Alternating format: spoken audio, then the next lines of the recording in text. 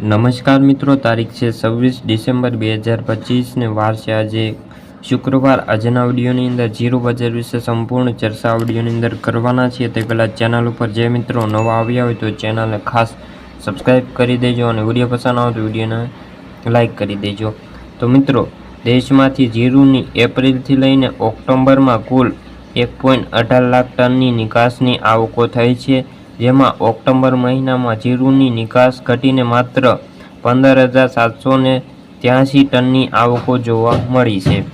દેશમાંથી ચાલુ સિઝનમાં વર્ષમાં જીરુ નિકાસમાં નોંધપાત્ર ઘટાડો જોવા મળ્યો છે અને દેશમાંથી એપ્રિલ અને ઓક્ટોબર મહિના દરમિયાન જીરુમાં કુલ 1,17,682 ટનની આવકો થઈ છે, જે ગત વર્ષના સમયગાળામાં 1,35,450 ટનની આવકો થઈ હતી, જેમાં નિકાસના 13.21% ઘટાડો જોવા મળ્યો છે।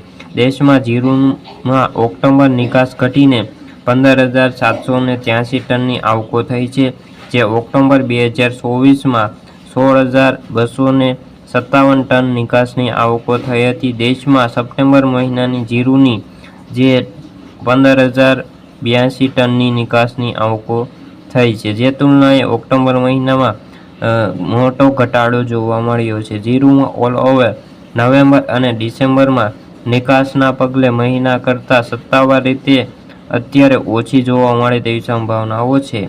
ચાઇનામાં જે લેવલ અત્યારે ન હોવાથી જીરુ વજનમાં નિકાસની મોટી અસર જોવા મળી છે।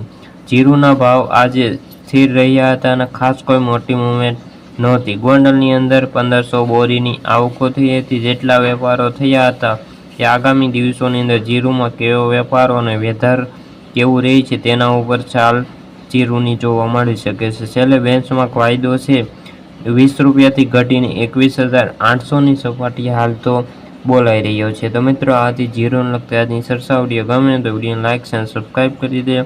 ફરી મળીશું બીજા વિડીયો સાથે, ત્યાં સુધી બધા મિત્રોને જય જવાન જય કિસાન।